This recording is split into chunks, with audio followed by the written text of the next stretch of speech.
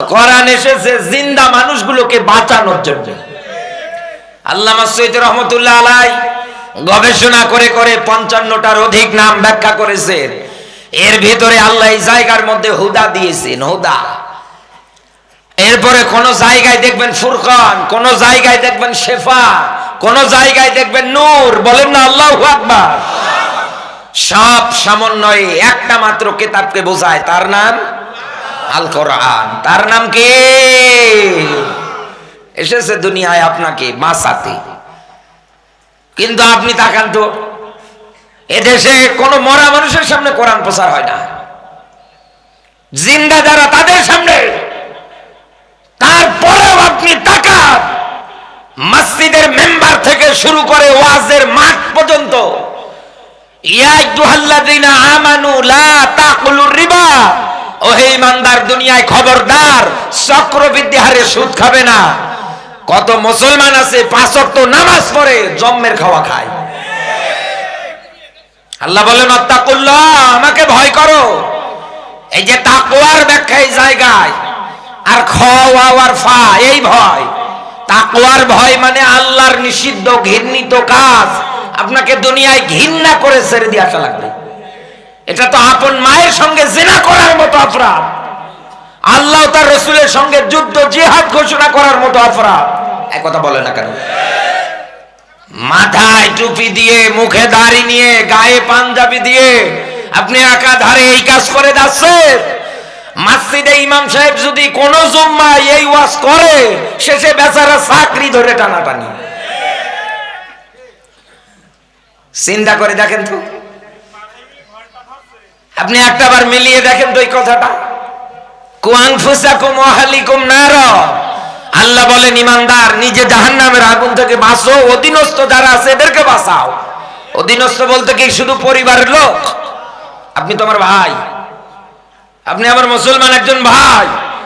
আমি কোরআন হাদিসের বাস্তব দৃষ্টি দিয়ে দেখতে পাচ্ছি, দুনিয়ায় যদি আপনি আল্লাহর নিষিদ্ধ ঘৃণিত কাজটার সঙ্গে জড়িত থাকেন, রাসূলের হাদিস কিলাহুমা ফিন নার, দুনিয়ায় যারা সুদ দেয়, যারা নেয়, যারা লিপিবদ্ধ করে, যারা সাক্ষী থাকে, সব কটাই যাবে জাহান্নামে। এখানে আলেম নেই, এই হাদিস সম্পর্কে জিজ্ঞাসা করে দেখেন। সেই হিসাব অনুসারে আপনি মিলিয়ে দেখেন, আজ মানুষদের মধ্যে কোনো পরিবর্তন আমরা লক্ষ্য করতে পারছি না। এত কোরআনের ডাকাডাকি মেসেজ বার্তা দেওয়ার পরে আজ মানুষগুলো হেদায়েতের পথ অবলম্বন করে না। অথচ আল্লাহ অন্য আয়াতের মধ্যে আরো চমৎকার করে ব্যাখ্যা দিয়েছে, লিতুখরি জান্নাসা মিনাজ যুলুমাতি ইলান নূর। এই পৃথিবীর ময়দানে আল্লাহ একই ব্যাখ্যা আপনার আমার মাঝে আবার দিয়েছে। কোরআন এসেছে জিন্দা মানুষের জন্য, আর কোরআনের এই জায়গায় নাম ব্যবহৃত হয়েছে নূর। এসেছে কেন? এই নূরটা পৃথিবীর মানুষগুলোকে অন্ধকার আচ্ছন্ন পথ থেকে বের করে আলোর পথে দিশা দেওয়ার জন্য। এখানে জুলুমাতের অর্থ দাঁড়িয়েছে দুইটা। এক নম্বরে আপনি আমি আল্লাহর বান্দা, মাথাটা যদি নত করতে হয় করা লাগবে কার কাছে? আরো আওয়াজ দিয়ে বলেন কার কাছে? বাংলাদেশে এবার টাকা সরকারি জরিপে এই দেশে 48,000 পীরের দরবার। কোন দরবারের জিকিরের সঙ্গে কোন দরবারের জিকিরের মিল নেই। এই কথা বলে না কেন? এই যে কুষ্টিয়া লালনের মাজারে যান, মনে মনে গাঁজা, পুলিশ পাহারা দেয় আর বেটারে গাঁজা খায়। এক কথা বলে না কেন? অথচ অন্য জায়গায় যদি এই গাঁজা সহ ধরা পায়, পিটিয়ে সোজা করবে, আর ওই জায়গায় পুলিশ পাহারা দিচ্ছে আর ওনারা গাঁজা টানছে। বলছে সিদ্ধি। সরকারি জরিপে এরকম কত আছে? 48,000। আপনি ওই জায়গাগুলোতে একদিন গিয়ে একটু দেখেন, কোন একটা জায়গায় দেখবেন মানুষ লক্ষ লক্ষ টাকা নিয়ে যাচ্ছে। ওই জায়গাগুলোতে যাওয়ার পর পরে টাকার বান্ডিল গুলো সব দিয়ে দিচ্ছে। আচ্ছা বলেন তো, টাকা কি মরা মানুষের প্রয়োজন না জিন্দা মানুষের? আরো আসতে বলেন। মরিয়ে যাচ্ছে, ও জায়গায় টাকা দিয়ে একটু চিকিৎসা করানোর মতো অ্যাবিলিটি ওনার হয় না। কেউ একটু সাহায্যের জন্য হাত পাতলে 10টা টাকা বের হয় না, আর বেটা মাজারে গিয়ে লক্ষ টাকার বাল্ডিং ছুঁড়ে মারছে। টাকা কোনোদিন মরা মানুষের প্রয়োজন হয় না, প্রয়োজন হয় দুনিয়ায় যারা জিন্দা তাদের। আপনি তাকান ওই জায়গাগুলোতে, ম্যাক্সিমাম মানুষগুলো যাওয়ার পর পরে তারা মাজারের মধ্যে সেজদা দেয়। এখানে কোনো আলেম কোনোদিন বলতে পারবে না যে মাজারে সেজদা দেওয়া জায়েজ আছে। বলতে পারবে? বলতে পারবে? কারণ আল্লাহর স্পষ্ট আয়াত, ওয়াসজুদ ওয়াক্তারিব, আমার নিকটবর্তী কেউ যদি হতে চায় ও যেন আমি আল্লাহকে সেজদা দেয়। কারণ পৃথিবীতে মানুষদেরকে আল্লাহ শুধুমাত্র বানিয়েছেন মাথাটা নত যেন তার কাছে হয়, এই জন্যে। আপনি আল্লাহকে আর সেজদা দেন না, আপনাকে মসজিদে মাইকিং করে খুঁজে পাওয়া যায় না, আপনি গিয়ে মাজারে সেজদা দেন। সূরা নিসা 48 এবং 116 নম্বর আয়াতে আল্লাহ রাব্বুল আলামিন স্পষ্ট ভাবে ব্যাখ্যা দিয়েছে। আল্লাহ বলেন, দুনিয়ায় যারা শিরকের মতো গুনাহ করে ফেলে এই গুনাহ আল্লাহ মাফ করে না, এটা বাদ দিয়ে অন্যান্য গুনাহ আল্লাহ ইচ্ছা করলে মাফ করে দেয়। সূরা মাইদার 72 নম্বর আয়াতে গিয়ে আল্লাহ আরো চমৎকার ব্যাখ্যা দিয়েছে। দুনিয়ায় যারা আল্লাহর সঙ্গে শিরিক করে, আল্লাহর সমকক্ষ অংশীদার সাব্যস্ত কাউকে যদি দাঁড় করায়, আল্লাহর ব্যাখ্যা, আমার আল্লাহ তার জন্য তার বানানো জান্নাতটা হারাম করে দিয়েছে। আল্লাহ যদি জান্নাত হারাম করে দেয়, জীবনের অপরাধ যদি মাফ না করে, আপনি ওই বাবার পা ধরে বসে থাকলে হবে? বাবার কি হবে বাবাই তো জানে না। নবীরা যেখানে বলবে ইয়া নাফসি ইয়া নাফসি, আমার কি হবে আমার কি হবে, কিয়ামতে কেউ কারো বোঝা বহন করবে না। আর আপনাকে ভুলভাল বোঝাচ্ছে আমি জাহাজ নিয়ে বের হব, আমার জাহাজে উঠবার জান্নাতে চলে যাবা।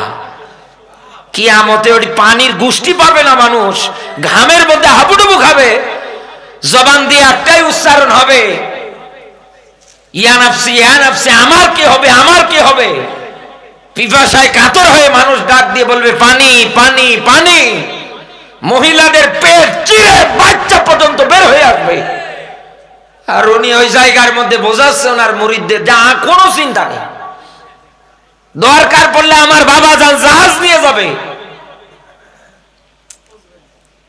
মাঝে মাঝে ভণ্ডরা আবার কত চমৎকার করে ব্যাখ্যা করে, এনাদের কণ্ঠগুলো হয় গো একেবারে বাম্পার কণ্ঠ, এক কথা বলে না কেন। এজন্য তো রাসূল জানিয়েছেন শেষ জামানার ভিতরে উলামায়ে সু বের হবে, বাতিল আলেম, খারাপ আমের। তাদের ভিতরে আপনি কয়েকটা গুণ লক্ষ্য করে দেখবেন। এক, তাদের কথাগুলো হবে চিনির চাইতেও মিষ্টি, এমন ভাবে কথা বলছে মনে হয় মুক্ত ঝরছে। 2 নম্বরে রাসূল জানিয়েছেন ওদের পোশাকগুলো হবে আমি নবী মুহাম্মদ রাসূলুল্লাহ সাল্লাল্লাহু আলাইহি ওয়াসাল্লামের মতো। 3 নম্বরে রাসূল জানিয়েছেন ওদের অন্তরটা হবে বাঘের চাইতেও হিংসুটে, এমনকি ওদের এমন এমন কাজ কারবার হবে যা শয়তানকে পর্যন্ত হার মানাবে। এই কথা বলে, শয়তান মাত্র একটা সিজদা অমান্য করার কারণে আদমকে যখন দিতে বলেছিলেন দেয় নাই, অহংকার করেছে। এই কারণে যদি আমার আল্লাহ ওর উপরে এত রাগ এজে হয়, কোরআনের আয়াত যদি পর্যন্ত নাজিল হয়, আল্লাহ ওকে মাফ করবে না, ওকে জান্নাতেও দেবে না। আজ যারা শয়তানের অনুসরণ করে, দুনিয়ায় যারা মাজার নিয়ে পেট পূজা করে, আল্লাহ আপনাকেও মাফ করবে না, কারণ এটা আল্লাহর হক, আপনি নষ্ট করছেন। চিন্তা ভাবনা করে মেলান, পৃথিবীতে মানুষ ব্যতীত অন্যান্য যত সৃষ্টি আছে তারা যখন খাবার খেতে ধরে, যশোরবাসী আপনি তাকিয়ে দেখবেন তারা খাবারের কাছে মাথাটা নত করে দেয়। এক কথা বলে না কেন? এই যে পানি দিয়েছে এখানে মাম পানি, আমি যদি খাই প্রথমে হাত দিয়ে বোতলের এই ঢাকনা যেটা আছে এটা খুলবো, এরপরে আমি আস্তে করে এই বোতলটা মুখে লাগিয়ে নেব, নিয়ে খেয়ে ফেলবো। আমার কপাল আমার মস্তক কিন্তু উঁচু আছে, এক কথা বলে না কেন? এটা একটা মুরগির ক্ষেত্রে দেখান, একটা পাত্রে পানি দেন, ও ঠোঁট দিলে ওর মাথা নত হবে, একটা গরুকে পানি খাওয়ান দেখেন, একটা ছাগলকে খাওয়ান দেখেন। তার মানে আল্লাহ এটাই বুঝিয়েছে, দুনিয়ায় যারা আমার বান্দা, এদের মাথাটা, এদের মস্তকটা নত হবে একমাত্র আমার কাছে। আজ আপনি সেটা আল্লাহকে না দিয়ে অন্য জায়গায় দিয়ে দেন। এই জন্যই তো কোরআন জিন্দা মানুষদের মাঝে এটাই ব্যাখ্যা দিতে চায়। এই পৃথিবীর ময়দানে যত শিরিক বেদাতের যত আস্থানা আছে, যত জায়গা আছে, সবগুলো মানুষ যেন গুড়িয়ে উড়িয়ে দেয়, একটাও যেন এই দুনিয়ায় না রাখে। কিন্তু আজ আপনি তাকিয়ে দেখেন, আয়াতের ব্যাখ্যা করতে গেলে কত মৌলবীর আবার রাগ 360 ডিগ্রি পার করে ফেলছে। এই যে এখান থেকে বেশি দূরে না, লাউজানি না কি যেন নাম আছে, এদিকে আছে না, আছে না এদিকে, এই যে 12 বাজারের পরে ওই যে ভিতর দিক দিয়ে। হ্যাঁ, আমি তখন নতুন নতুন ওয়াজ করি, আমার এক ভাই দাওয়াত দিয়ে নিয়ে এসেছে ওই জায়গায়। আমি এই পয়েন্ট নিয়ে কথা বলতে গিয়ে শিরিক আর বেদাতের কথা বলেছি। তো ওই জায়গায় একজন চেয়ারম্যান ছিল, উনি আবার আটরশির মুরিদ, ট্রাক দিয়ে গরু দিত। আমি উঠেই বলে ফেলেছি, বাংলাদেশে এমনও দরবার পীর দাবি করে, দাড়িও নেই, মোছও নেই, মানুষ ওই জায়গায় ট্রাকে ট্রাকে গরু দেয়। উনি পাশে বসে আছে, লাভ দিয়ে দাঁড়িয়েছে। তো ভাব দেখছি তো ভালো না, ডাক দিয়ে বলছে, ভাই চিন্তা নেই, আপনি ওয়াজ করেন, আমি আমার মতো কথা বলে যাচ্ছি। কিছুক্ষণ পর কমিটির লোক এসে বলছে, ভাই পালান। পালাবো মানে? উনি লোক পাঠিয়েছে মোটরসাইকেলে। আপনারা যদি এই জায়গায় এখন আমরা সেভ না করতে পারি, কোন একটা জায়গায় যদি নিয়ে যেতে না পারি, তাহলে আপনার অবস্থা 12টা বাজাবে। কেন বলে, আপনি ওই যে বলেছেন যে আটরশির পীর এমন, দাড়িও নেই, মোছও নেই। শেষে আমি হুজুর পালাবো কোন দিকে, রাস্তা খুঁজে পাই না। শীতের রাত, থরথর করে কাঁপছি আমি। একবার চিন্তা করে দেখেন তো, আমি কিন্তু ওনার বাঁচাতে চেয়েছি। এক কথা বলে না কেন? আমার মূল মেসেজ এটা। দ্বিতীয় নাম্বারে, ইন্নাল্লাহা ইয়া'মুরু বিল আদলি ওয়াল ইহসান। আল্লাহ বলেছেন, দুনিয়ায় আমি আদেশ দিচ্ছি, ইয়া'মুরু, আমরের সিগা। দুনিয়ায় আদল যদি করতে হয়, সমঝোতা যদি করতে হয়, এই দুনিয়ার ময়দানে অপরাধ যেই করুক না কেন তাকে শাস্তি পেতেই হবে।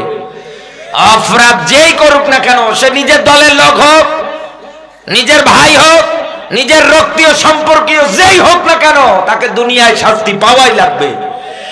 তার মানে আল্লাহর কোরআন এসেছে এই দুনিয়ার ময়দানে ইনসাফ বিরোধী যত কাজ আছে সবগুলো গোড়া থেকে উকড়িয়ে ফেলার জন্য। ফাহকুম বাইনান নাস বিল হক। এই দুনিয়ার ময়দানে নবী দাউদের প্রতি আল্লাহর যেমন বার্তা ছিল, ওহী ছিল, নবী আপনি বিচার করতে গেলে ন্যায় বিচার করবেন। কিয়ামতের আগ পর্যন্ত সবার প্রতি এটাই বার্তা, কেউ যদি বিচার করতে চায়, ও যেন দুনিয়ার ময়দানে ন্যায় বিচার কায়েম করে। আর এই ন্যায় বিচার একটা মাত্র কিতাব দিয়ে কায়েম করা সম্ভব, তার নাম রাসূল। এই জন্য জানিয়েছে, মান ক্বালা বিহি সাদাকা। দুনিয়ায় যারা কোরআন দিয়ে কথা বলে, এরাই কেবল সত্য কথা বলে। এরপর পরে রাসূলের হাদিসের বাণী, দুনিয়ায় যারা কোরআন দিয়ে বিচার করে, এরাই কেবল ন্যায় বিচার করতে পারে।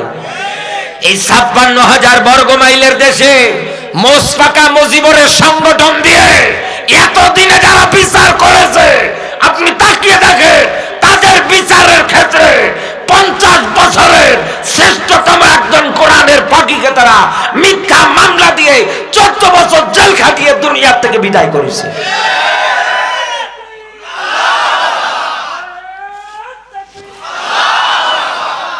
শত গলা কাটা শহীদের সওয়াব আমল নামায় পাবেন। মরা সুন্নাত বলতে কি বোঝেন? মিষ্টি খাওয়া সুন্নাত, খাবারের পরে এটা দাড়ি রাখা, মাথায় টুপি দেওয়া। এই দুনিয়ার ময়দানে আপনি একটা জিনিস ভালো করে মিলিয়ে রাখেন, স্বাধীনতার এতগুলো দিন পার হয়ে গিয়েছে, আজ পর্যন্ত আমরা কোরআনের একটা বিধান কায়েম করে দেখাতে পারলাম না। গতকাল রাতে পাবনায় বক্তৃতা দিচ্ছিলাম,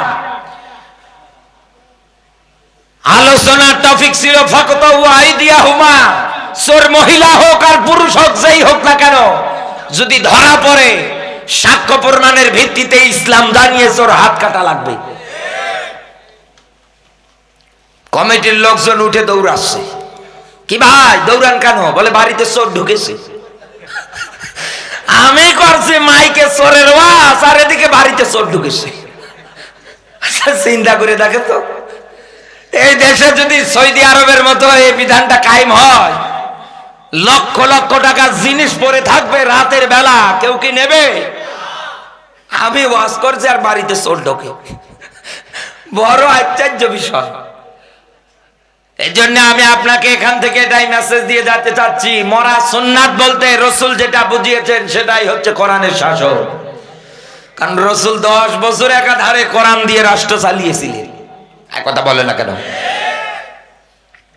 মায়ের খেয়েছে, জুলুম নির্যাতনের শিকার হয়েছে, এত নির্যাতন এত কিছু একাধারে সহ্য করেছে, তার 100 পরিমাণ আমরা আজ পর্যন্ত সহ্য করতে পারবো না।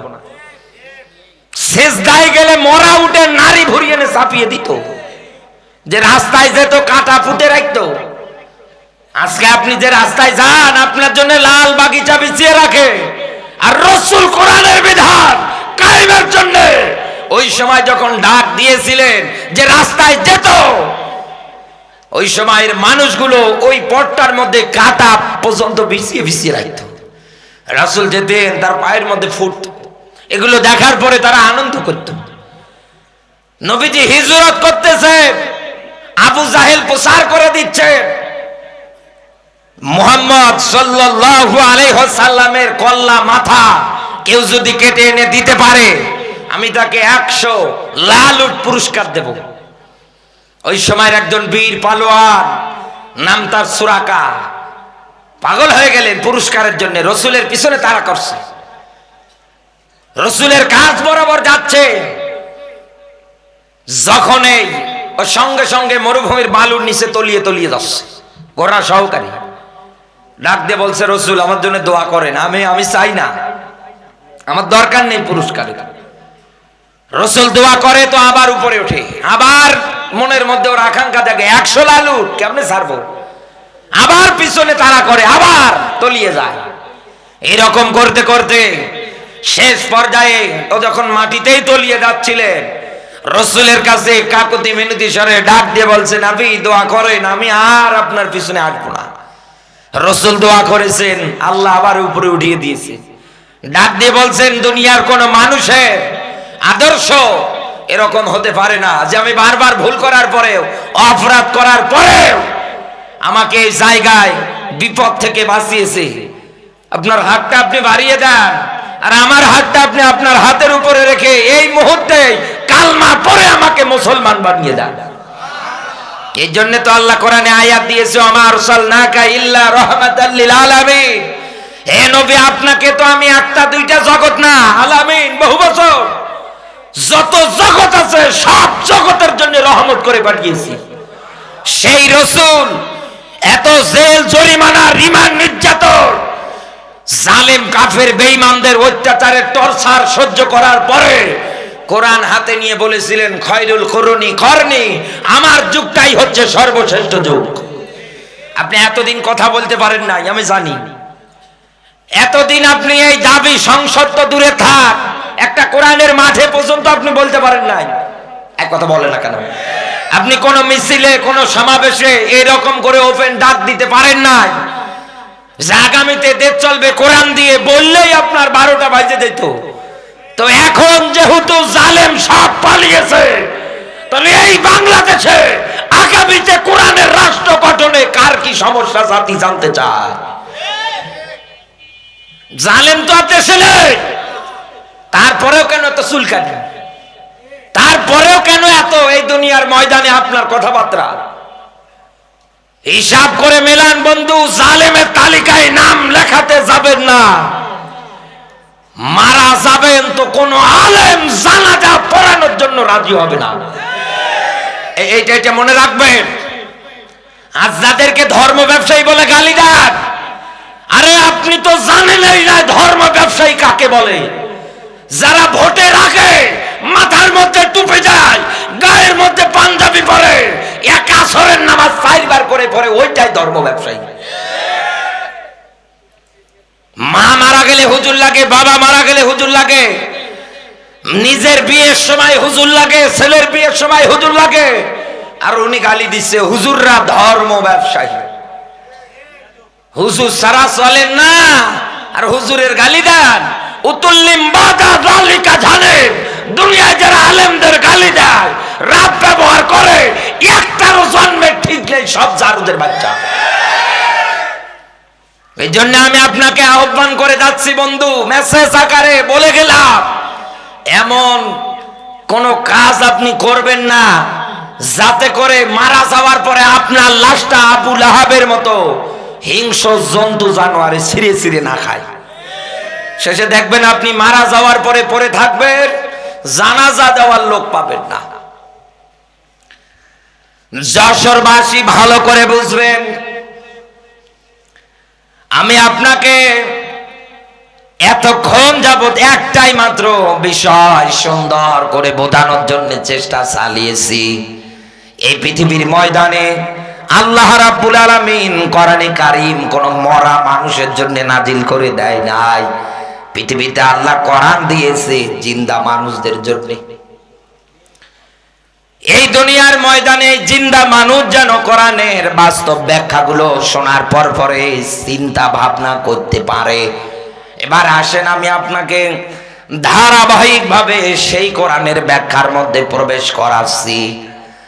আল্লাহ পাক বলেন, ইন্নাল্লাহা ইউহিব্বুল্লাযীনা ইউকাতিলুনা ফি সাবিলিহি। বলেন আল্লাহু আকবার।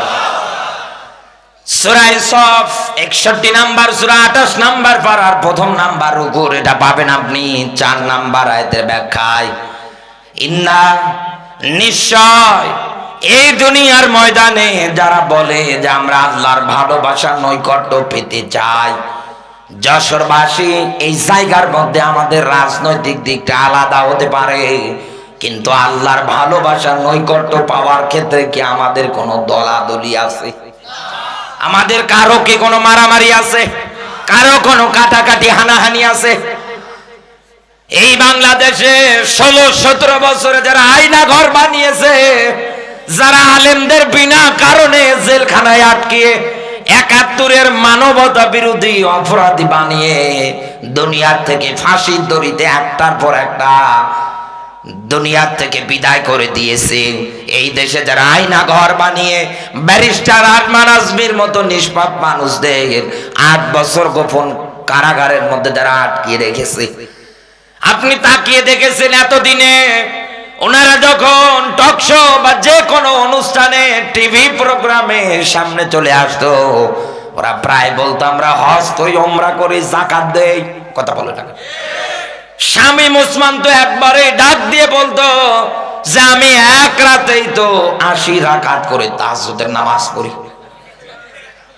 বেচারা এখন সৌদি আরবে না কোন জায়গায়, কোথায়, ইন্ডিয়া না, দুবাই বা মালয়েশিয়ায়, যে কোনো জায়গার মধ্যে অবস্থান করতেছে। আপনি তাকান, ফেসবুকের মধ্যে ওর ছবি ভাইরাল হয়েছে এমন কায়দায়, সাদা রুমাল, আর ওই সৌদি শেখ যারা আছে মাথার মধ্যে সুন্দর করে করে এরকম পেছানো পেছানো কালো কালো কি যেন ওটা দেয়, দিয়েও এত সুন্দর করে একটা ছবি আপলোড করেছে, মনে হয় চেহারার দিকে তাকালে জান্নাত থেকে পালিয়ে এসেছে। কি চেহারা গো!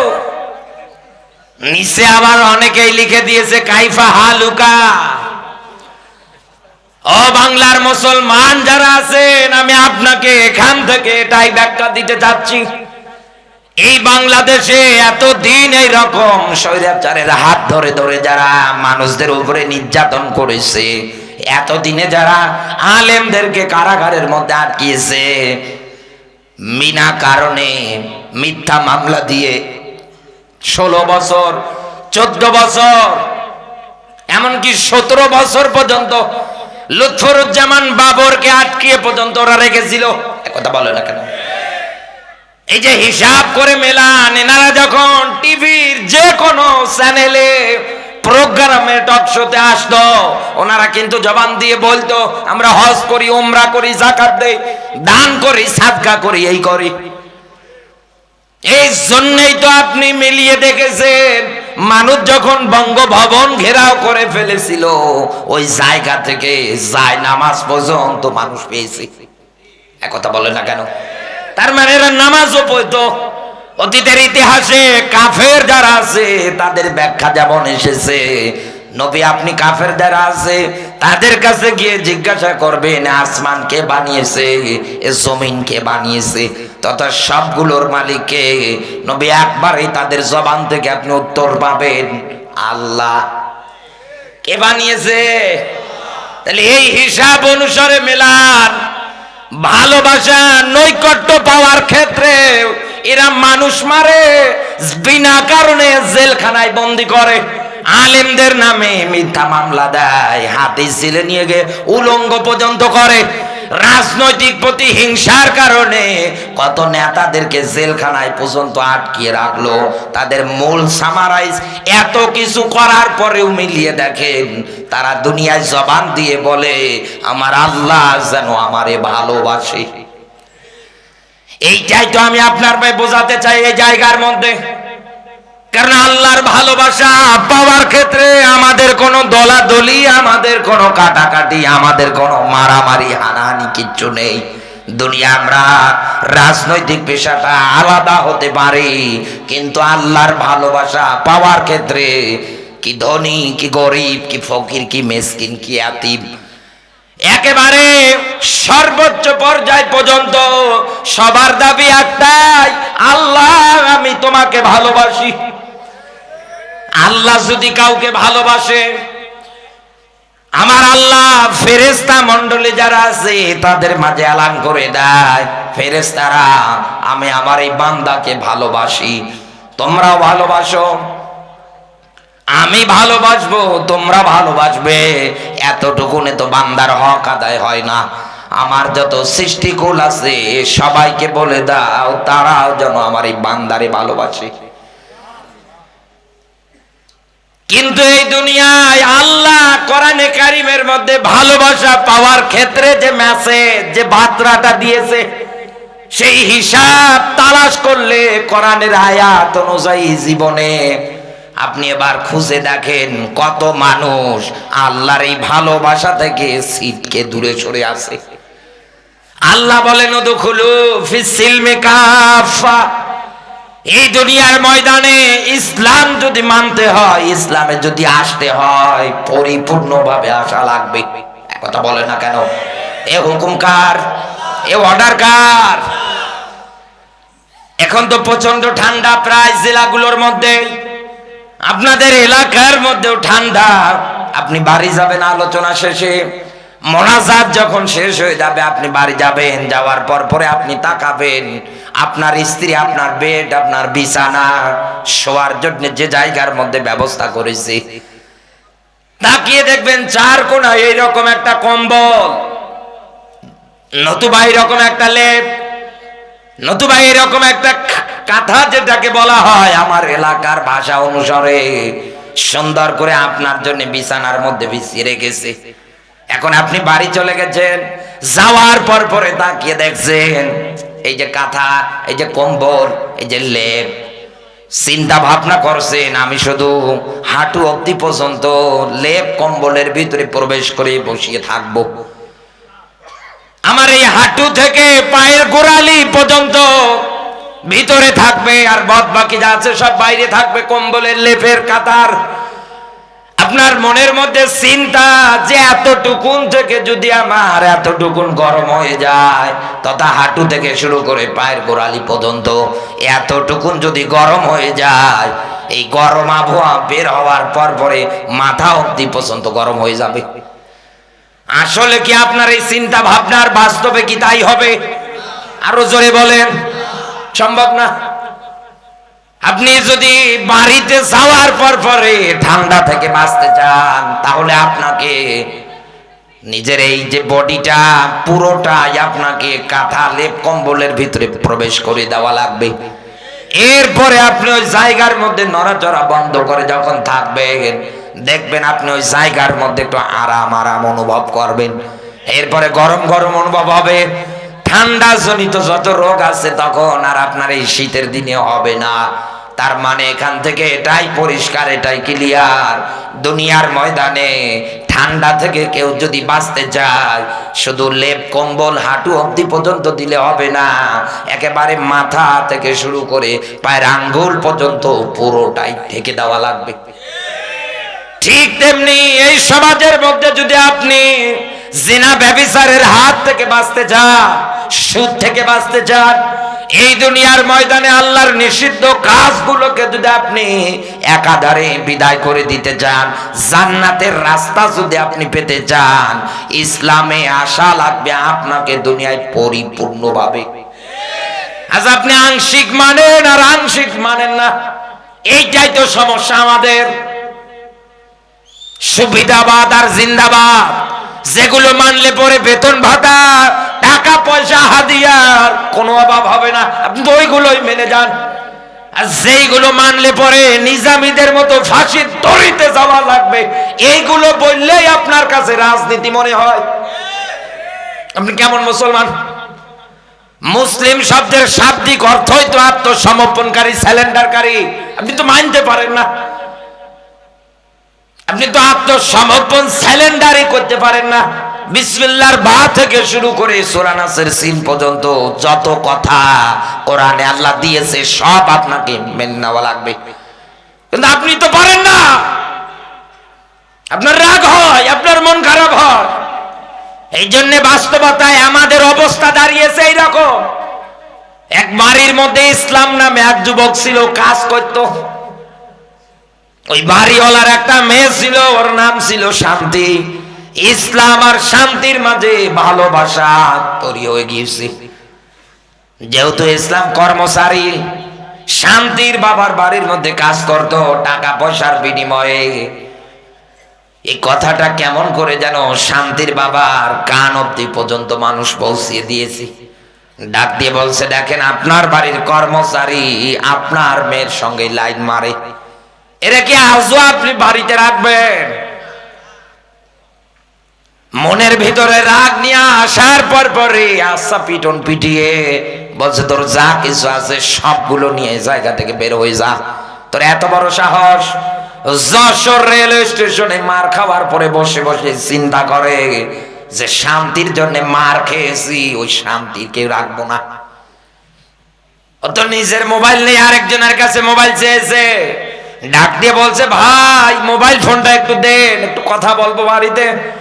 শান্তির কাছে মানুষের মোবাইল দিয়ে মাধ্যমে ফোন দিয়ে বলছে, শান্তি তোমার বাবা এই এই কাণ্ড ঘটিয়ে আমাকে বাড়ি থেকে বের করেছে, তুমি কি আমাকে ভালোবাসো না? বলে, হ্যাঁ বাসি।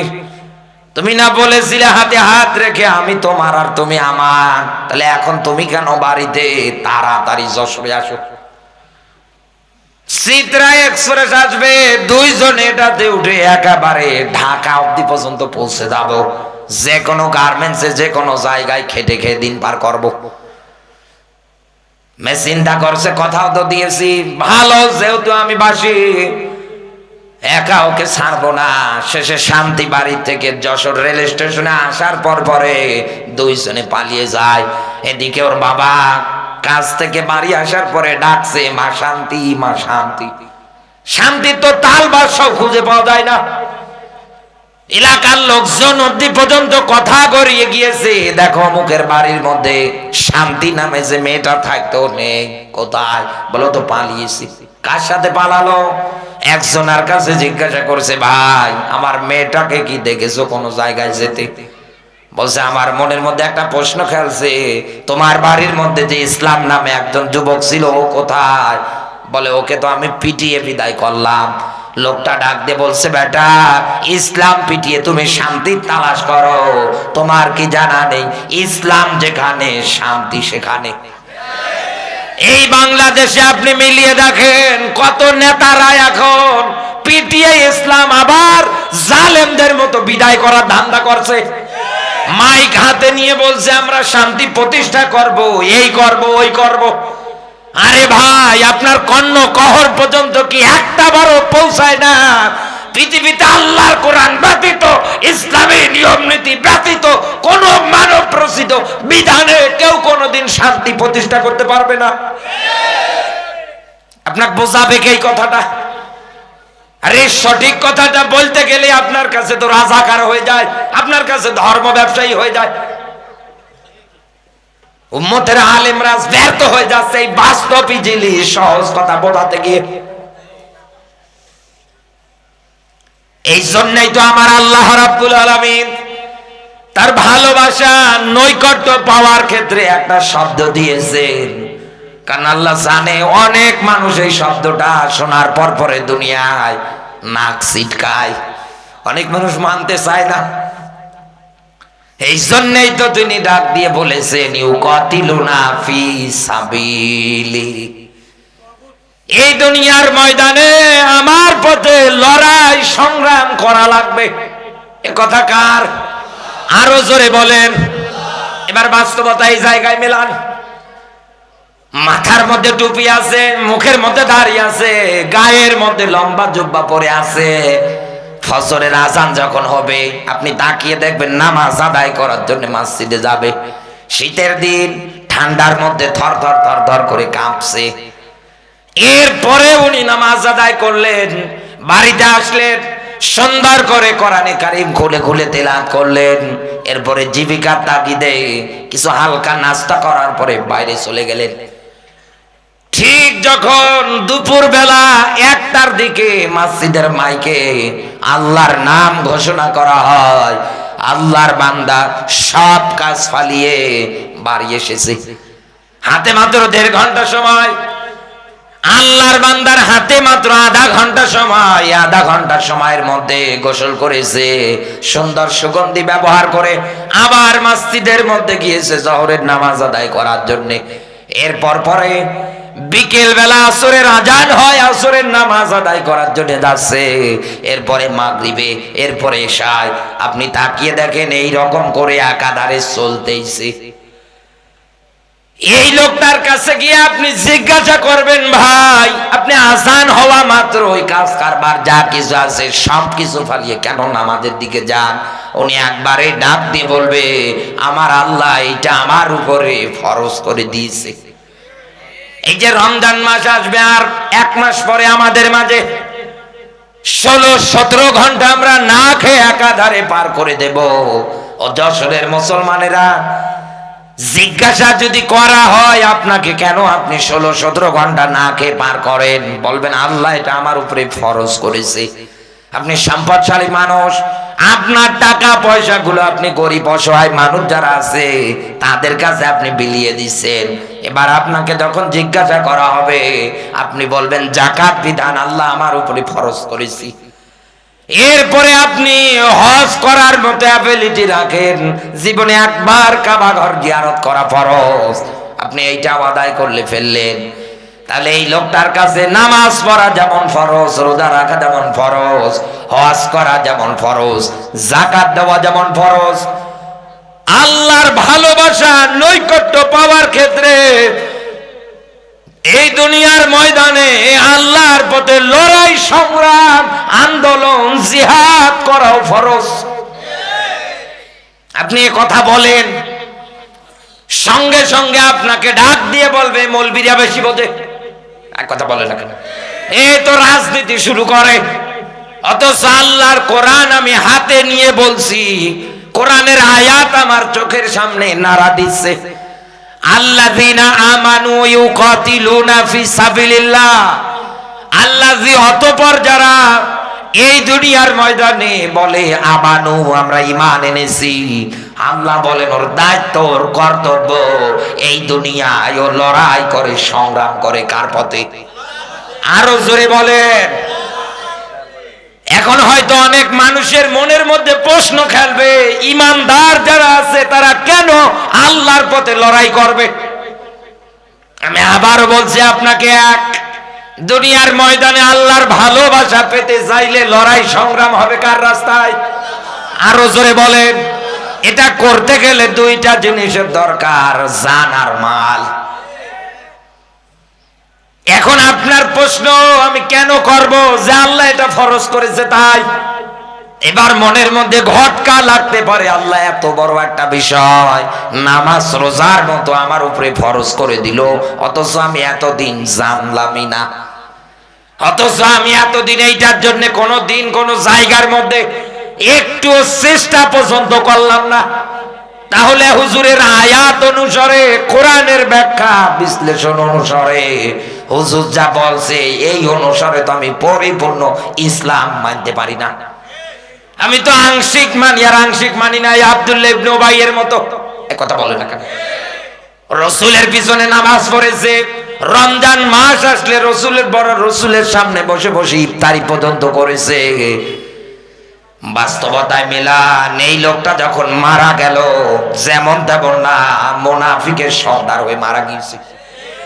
আল্লাহ আয়াত পর্যন্ত নাজিল করে ডাক দিয়ে বলেছে, হে নবী, আপনি আর জানাজার নামাজ পড়াবেন না, এর কবরের পাশে আপনি দাঁড়াবেন না, এর জন্য আপনি দোয়া করবেন না। একটাবার চিন্তা করেন তো, এই লোকটা তো রসুলের পিছন বরাবর নামাজ আদায় করত, ইফতারি করত, অথচ এই লোকটা মুনাফিক হয়ে মরার কারণে ইসলামের রাজনীতি আবু জাহেলের মতো মানুষদেরকে সাপোর্ট করার কারণে, বিশ্ব নবীর মতো নেতাদের দুনিয়া থেকে মাইনাস করার কারণে, মানব রচিত বিধান দিয়ে দেশ চালানোর পরিকল্পনা করার কারণে লোকটা রসুলের পিছনে নামাজ পড়েছে, ইফতারি করেছে, মারা গিয়েছে মুনাফিকের সর্দার হয়ে। ইন্নাল মুনাফিকিনা ফিদ দারকিল আসফালি মিনান নার, নবীজি জানিয়েছেন এবং আল্লাহর কোরআনের ব্যাখ্যা অনুসারে বলছি, কিয়ামতের ময়দানে মুনাফিক যারা হবে আমার আল্লাহ এদেরকে জাহান্নামের নিম্নতম স্তরে দেবে। সাহাবীরা ডাক দিয়ে বলছে, হুজুর জাহান্নামের নিম্নতম স্তর বলতে কি বোঝায়? নবীজি ডাক দিয়ে বলছেন, সাহাবীরা, জাহান্নামের উপরি ভাগ থেকে একটা পাথর যদি জাহান্নামের নিম্ন দেশের জন্য ফালিয়ে দেওয়া হয়, এই পাথরটাই জাহান্নামের নিম্ন দেশে পৌঁছাতে 70 বছর কাল সময় লাগবে। আর ওই জায়গায় জায়গা হবে এই মুনাফিকদের। এতদিন আপনি কি কায়দায় কি করলেন আমি জানি না, কিন্তু আয়াত অনুসারে আমি আপনাকে এটাই ব্যাখ্যা দিয়ে যাচ্ছি। জবান দিয়ে যদি আপনি বলেন আমি ইমানদার, এই আয়াত অনুসারে বলছি, দুনিয়ায় আপনাকে আল্লাহর রাস্তায় জিহাদ করা লাগবে, দুনিয়ায় লড়াই সংগ্রাম আপনাকে করা লাগবে। আপনি যদি না করেন তাহলে আব্দুল্লাহ ইবনে উবাই ওজা আপনিও তা, আমি মনে করব আপনি ওর খালাতো ভাই, নতুবা ভাইরা ভাই। কোরআনের আয়াত দেখেন সূরা তাওবার 80-84, নবীজি পর্যন্ত জানাজার নামাজের জন্য জুব্বা খুলতে যাচ্ছেন, ওর গায়ের মধ্যে কাফনের কাপড় হিসেবে দেবে তাই, এটার ওসিয়ত ছিল। ওর ছেলে আব্দুল্লাহ এসে তখন বলেছিল রসুলকে, ওমারের মতো বীর সৈনিক ওই সময়ে রসুলের এই জুব্বা খোলা দেখার পরে দৌড় দিয়ে এসে টেনে ধরেছে, ডাক দিয়ে বলছে, হুজুর কার জন্য আপনি জামা দেন? আপনার কি একটা বারের মধ্যেও মনে হয় না অহুদের ময়দানে যেই দিন আমরা যুদ্ধে যাচ্ছিলাম এই বেটা এসে তো 300 সাহাবী নিয়ে পলায়ন করেছিল, আর আজকে আপনি এর জন্য জামা দেন? খবরদার, আপনি এর জন্য জুব্বা দেবেন না, এর জন্য জামা দেবেন না। হিসাব মেলাম তো। নবীজি ওই সময় ডাক দিয়ে বলেছিলেন, ওমর জুব্বাটা ছেড়ে দাও, আমার আল্লাহ এখনো নিষেধাজ্ঞা আমারে দেয় নাই। সঙ্গে সঙ্গে সূরা তাওবার 80-84 দুইটা আয়াত নিয়ে হাজির জিবরিল। রসুলের জন্য যদি আব্দুল্লাহ ইবনে উবাইয়ের জানাজার নামাজে যাওয়া নিষেধাজ্ঞা হয়, রসুল যদি দোয়া করার ক্ষেত্রে আল্লাহ কবুল না করে, বলছি কিয়ামতের আগ পর্যন্ত যত আব্দুল্লাহ ইবনে উবাইয়ের মতো মানুষ মারা যাবে এদের জানাজার নামাজ পড়া জায়েজ নেই। অথচ বাংলাদেশে আপনি তাকান, এমন বাতিলের 5টা টুপিওয়ালার দেখতে পাবেন, হাতের মধ্যে 500-1000 টাকার নোট দেবেন, দিয়ে একটা সিনেমা হল উদ্ভাবনের জন্য ডাকবেন, হুজুর গিয়ে দোয়া করবে, আল্লাহ এটা কিয়ামত পর্যন্ত চালু রাখো। এটাই তো সমস্যা আমাদের। এই জায়গার মধ্যেই তো আমরা মায়ের খেয়ে যাচ্ছি এই দুনিয়ার ময়দানে। এইটার কারণেই তো আমরা মাথা উঁচু করে দাঁড়াতে পারি না। কথা বলে না কেন? কারণ অনেক আলেম এখন পর্যন্ত বাতিলের পা একাধারে সেটে বেড়াচ্ছে। হিসাব মেলান তো, রসুলের জন্য যদি মুনাফিক হয়ে মরার কারণে ও ভাইয়ের জানাজা থেকে শুরু করে কোন জায়গায় যাওয়া যদি আল্লাহ পছন্দ না করে, আল্লাহ যদি আয়াত নাযিল করে নিষেধাজ্ঞা দেয়, এরকম কিয়ামতের আগ পর্যন্ত যত মানুষ মরবে এই তরিকায়, একটার জন্যও কিন্তু এই রকম করা জায়েজ নেই। অথচ আমরা দেখতে পাই টাটকা মুনাফিক মারা যায়, 14 জায়গায় জানাজা দেওয়া হয়। কি দোয়া গো, মনে হয় জান্নাতের কন্ট্রাক্টরই নিয়েছে। আপনি কি রসুলের চাইতে বড় হুজুর? কে বোঝাবে এদের এই ব্যাখ্যাগুলো?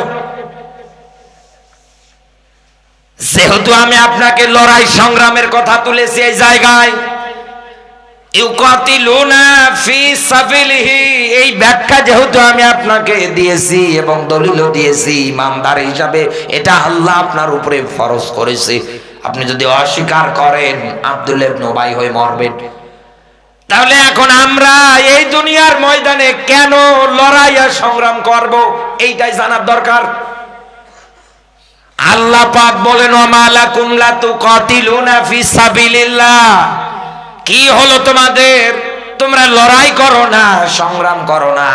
কত বিধবা অসহায় আবাল নারী পুরুষগুলো জালেমের জুলুম সহ্য করতে না পেরে জেলখানার মধ্যে নির্যাতনের স্টিম রোলার সহ্য করতে না পেরে তারা আমার কাছে ডাক দিয়ে বলতেছে, রব্বানা আখরিজনা মিন হাযিহিল ক্বরিয়াতি যালিমি আহলুহা। রব্বানা, হে আমাদের রব। এখানে কুরা করিয়া শব্দের শাব্দিক অর্থ গ্রাম, জনপদ, শহর। যশোর ভাষায় আপনি যে কোনো একটা ধরলেই ব্যাখ্যা করতে পারবেন। জনপদের মানুষগুলো, এই নগরের মানুষগুলো, এই দেশের মানুষগুলো, এই গ্রামের মানুষগুলো জালেমদের জুলুম সহ্য করতে না পেরে তারা আল্লাহর কাছে হাত তুলে দোয়া করছে, আল্লাহ তুমি আমাদের বাঁচাও। শেষের ব্যাখ্যা এসেছে নাসির, আল্লাহ একজন বন্ধু, একজন সাহায্যকারী পাঠিয়ে দাও। একটা বার আপনি আয়াত অনুযায়ী চিন্তা ভাবনা করেন। আজ যারা বলেন টুপিওয়ালা, আপনাদেরও কি রাজনীতি করা লাগে? আপনারা কোরআন পড়বেন, কোরআনে চুমু দেবেন, রমজান মাস আসলে আপনারা একাধারে খতম তারাবি নতুবা সূরা তারাবি পড়াবেন। এখান থেকে যতটুকুন টাকা পাবেন এই দিয়ে বউ বাচ্চার মার্কেট করে দেবেন, নিজেরাও ঈদ পার করবেন। আপনি আয়াত না জানলেও টুপিওয়ালারা আয়াত ভালো করে জানে। এই কথা বলেন। এই জন্যই তো আপনি দেখেন লক্ষ লক্ষ টাকা একদিকে, ফাঁসির দড়ি একদিকে। টুপিওয়ালারা ফাঁসির দড়িটাই গলায় বেঁধে নেবে, এরপরেও তারা টাকার দিকে চোখ তুলে তাকাবে না, কারণ তাদের এই আয়াতটা জানা আছে। আজ যারা বলেন আমাদের এই বিষয়টা যে আপনাদের সমাবেশ করা লাগে, আপনাদের মিছিল মিটিং করা লাগে, আমি বলবো আপনার চাইতে আমাদের বেশি করা দরকার। কারণ এই দুনিয়ায় টুপিওয়ালা যারা আছে ওরা দুনিয়ার ময়দানে দল, সংগঠন, রাজনীতি এই কারণেই চালাচ্ছে, জীবন বাজি রেখে এত দূর পর্যন্ত এসেছে। একটাই তাদের কর্মসূচি, মাজলুম মানুষদের অধিকার আদায়, আর কোন যেন নিরপরাধ মানুষগুলো জালেমের জুলুম স্বীকার করতে না পারে।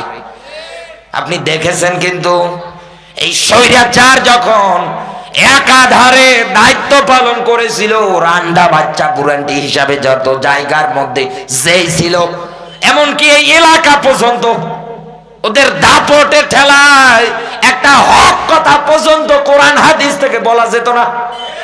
এই কথা বলে ওরা যা মন চাইছে একাধারে তাই করতে পারতো। এই যে আপনাদের কালীগঞ্জ, ঝিনাইদহের এই জেলার মধ্যে একটা আসন পেয়েছিল আনোয়ারুল আজিম আনার, এই কথা বলে না কেন? সোহান নামে একটা ছেলে ইসলামী ছাত্র শিবির করার অপরাধে বাড়ির থেকে উঠে নিয়ে আসার পরে একাধারে জুলুম নির্যাতনের স্টিমগুলা ওর উপর চালিয়েছে। ওর মা বাবা এলাকার লোকজন আসার পরে কেঁদে কেঁদে ডাক দিয়ে বলেছিল যে আমাদের বাচ্চাটাকে আমাদের কাছে দেন, ও কোনোদিন আর রাজনীতি করবে না, ওকে আমরা ভালো করে বাড়িতে নিয়ে গিয়ে বোঝাবো, দরকার পড়লে শাসন পর্যন্ত করব, আপনি ওকে ছেড়ে দেন। ছেড়ে পর্যন্ত দেয় নাই। শেষে একটা পর্যায়ে আপনি মিলিয়ে দেখেছেন ছেলেটার শরীরের মধ্যে এত পরিমাণে টর্চারের দাগ, এত পরিমাণে পিটন পিটিয়েছে, এমনকি একটা চোখ পর্যন্ত উকড়িয়ে ফেলেছি। শেষে আমার আল্লাহর ধরা দেখেন, অবৈধ স্বর্ণ সোনা চালানের ব্যবসায়ী যার ছিল, মেয়ের ফাঁদের মধ্যে পা দিয়ে শেষ পর্যন্ত কলকাতার মধ্যে মানুষ মেরেছে তো মেরেছে। ওর মেয়ে ডলি না কি যেন কান্না করে করে বলেছে, একটা হাড় হলেও দাও, এক টুকরো গোশত হলেও দাও, বাবা মনে করে দাফন করব। এই জন্যই তো কোরআনের আয়াত, ফামাহিলিল কাফিরিনা আমহিলহুম রুয়াইদা, আমি জালেম যারা আছে, কাফের যারা আছে, এদেরকে অবকাশ দেই, ছাড় দেই, কর কত করবি কর, কিন্তু আমি আল্লাহ যেদিন ধরবো তোর বাপ বলার জন্য 1 সেকেন্ড সময় দেব না। আল্লাহ ধরে নাই, ছাত্র শিবির করার কারণে তাকে ক্রস ফায়ার দিয়ে বিদায় করেছে। আল্লাহ বলেন কেন লড়াই করো না? এই লোকগুলো তো মাজলুম, এদেরও তো অধিকার আছে স্বাধীনভাবে বাঁচার, আপনি তো বাঁচতে দিলেন না। এই এলাকারও কত মানুষের জীবনী আপনি মিলিয়ে দেখেন, এই হিসাব অনুসারে ক্রস ফায়ার পর্যন্ত তাদের উপরে কার্যকর করেছিল জালেমেরা। বাংলাদেশের প্রায় জেলাগুলোতে আমি এখন যাচ্ছি, যাওয়ার পরে আগের বাংলাদেশ আর এখনকার বাংলাদেশ পুরোটাই আলাদা।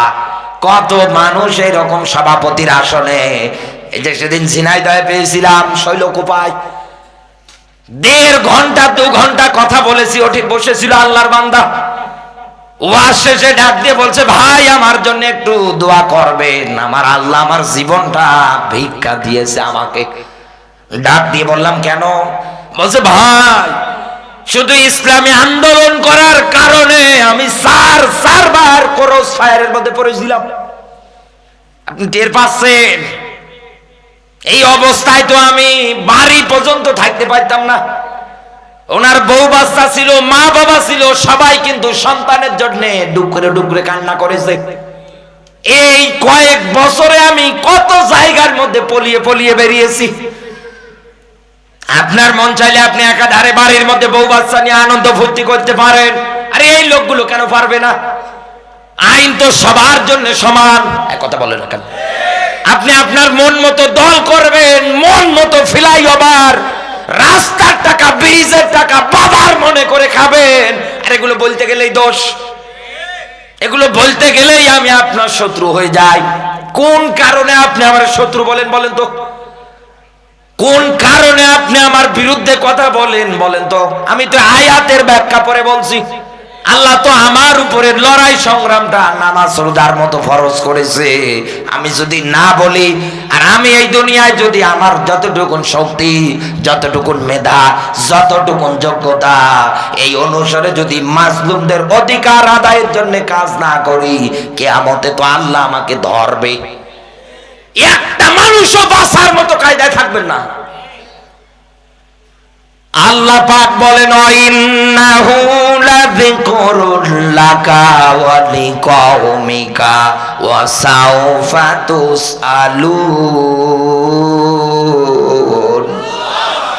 হে নবী, নিশ্চয় নিশ্চয় আপনাকে এবং আপনার কওম যারা আছে, উম্মত যারা আছে, জাল কাফার জিকির, জিকির মানে কোরআন, আমি মানার ব্যাপারে কিয়ামতের ময়দানে জিজ্ঞাসা করব। ও নবাবজাদা সলিমুল্লাহ, তুমি আজকে কোরআনের আইনের বিরুদ্ধে কথা বলো, তোমার কি একটা বারের জন্য আয়াত মনে পড়ে না? আল্লাহাকুমুত তাকাসুর, দুনিয়ার ধন সম্পদ, টাকা পয়সা, এই দুনিয়ার ময়দানে প্রচুর্য, এইগুলোর পিছনে মানুষ যেন ছোটাছুটি না করে, এই জন্যই আল্লাহ কোরআনে সূরা তাকাসুর নাযিল করে দিয়েছে। আমি আপনাকে সূরা তাকাসুর পড়ার জন্য আহ্বান করে গেলাম, পড়েন। জ্বলন্ত ব্যাখ্যা রেখেছে আপনার জন্য। যে চেয়ারের জন্য আজকে আপনি লাফান, যে রাজত্বের জন্য আজকে আপনি লাফান, অথচ আল্লাহ নিষেধাজ্ঞা দিয়েছে এইগুলোর পিছনে তোমরা যেন না দৌড়াও। ওমাল হায়াতুদ দুনিয়া ইল্লা মাতাউল গুরুর, দুনিয়ার জীবন খেল তামাশা, রং তামাশা ছাড়া অন্য কোনো কিছু না।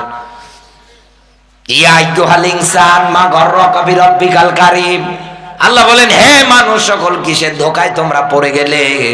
একবার চিন্তা করে মেলান তো, এই এতগুলো আয়াতের সামারাইজ ব্যাখ্যা অনুসারে যে চেয়ারের পিছনে, যে কর্তৃত্ব নেতৃত্বের পিছনে আপনি দৌড়াচ্ছেন, একটা বারের মধ্যেও কি মনের মধ্যে চিন্তা আসে না আমি আর কতটুকুন দেশের দায়িত্ব পালন করব?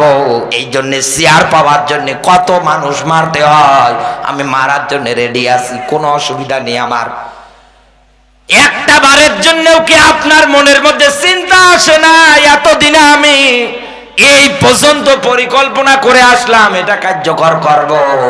বন্ধু, আমি আপনাকে নমরুদের জীবনী পড়ার জন্য আহ্বান করছি। আপনি তো এই 56,000 বর্গ মাইলের দেশের রাষ্ট্র চাচ্ছে, আর অথচ নমরুদ কত বড় রাজত্ব ছিল তার। আমার আল্লাহ চেয়ারে বসিয়ে জুতা পেটা করে দুনিয়ার থেকে বিদায় করেছে। আল্লাহ কিন্তু আজও আছে। আপনার রাজনীতি, আপনার দুনিয়ার ময়দানে কাজ কারবার, আপনার সংগঠন, এটা যদি মাজলুমদের অধিকার আদায়ের জন্য না হয়, কিয়ামতে ধরা খাবেন আপনি। আল্লাহর কসম করে বলছি, ধরা খাবেন। এই যে বাংলাদেশে এখন নিবন্ধিত প্রায় 48টা দল আছে, কেমন মায়ের বেটা আপনি? আসেন কোরআনের আয়াত উল্টিয়ে দেখান। আসেন, আপনি যে রাগ দেখান, আপনি যে উল্টা পাল্টা কথা বলেন, আসেন। আমি আপনাকে আহ্বান করছি, চ্যালেঞ্জ করছি। আল্লাহ বলেন ওয়ালতাকুম মিনকুম উম্মাতুন ইয়াদউনা ইলাল খায়র, সূরা আলে ইমরানের 104 নম্বর আয়াত। মোবাইলে কোরআন শরীফ থাকলে বের করেন, বাড়িতে থাকলে গিয়ে মেলাবেন।